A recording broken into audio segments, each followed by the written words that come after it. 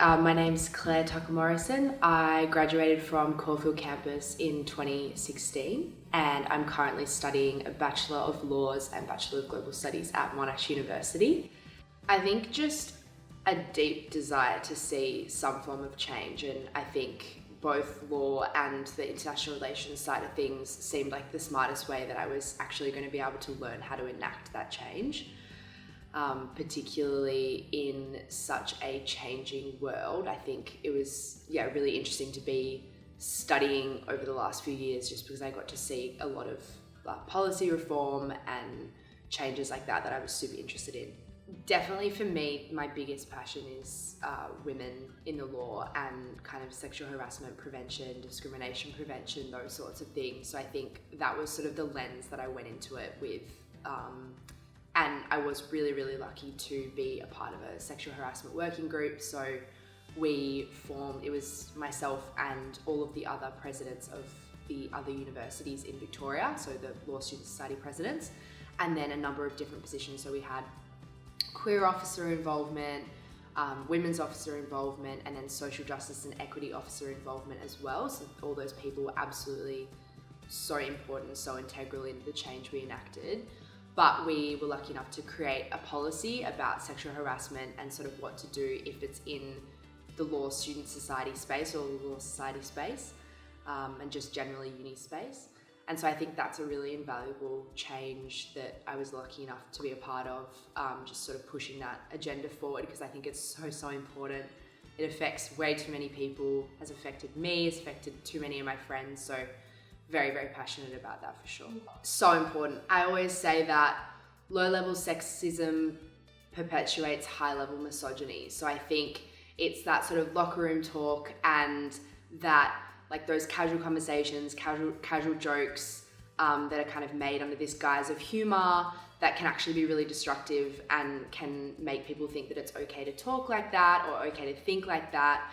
And I think it's those conversations that we need to target. And I think the onus is on young people to be calling out their mates and I guess directing the conversation in a more appropriate manner. And I understand that can be really hard for people. I understand, especially people that aren't confrontational, having those discussions and engaging in that kind of discourse can be really, really jarring. But that being said, I think it's so important, and I cannot stress that enough. I think that, really, really important.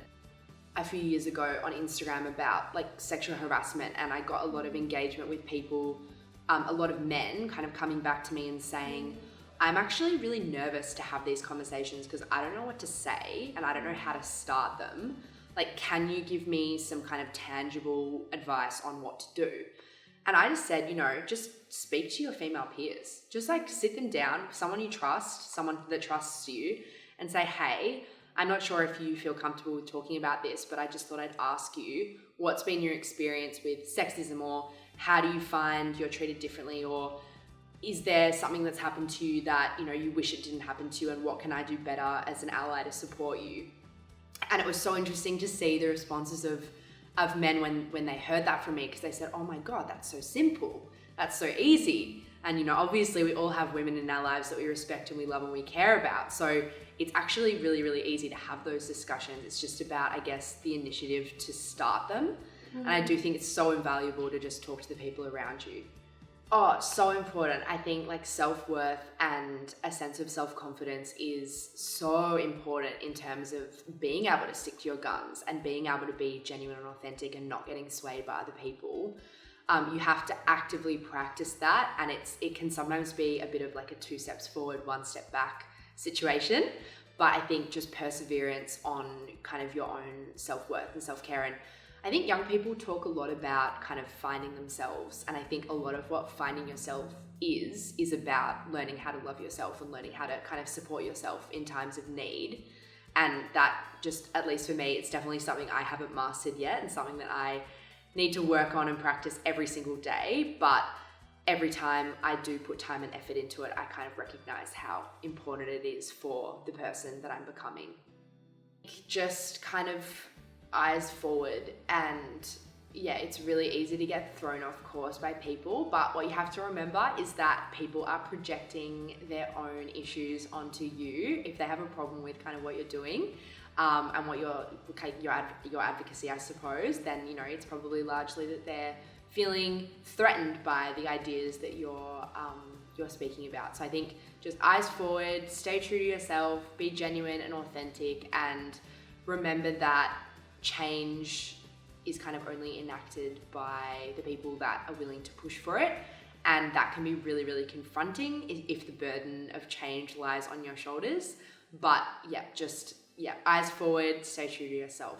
Really important messages, I think.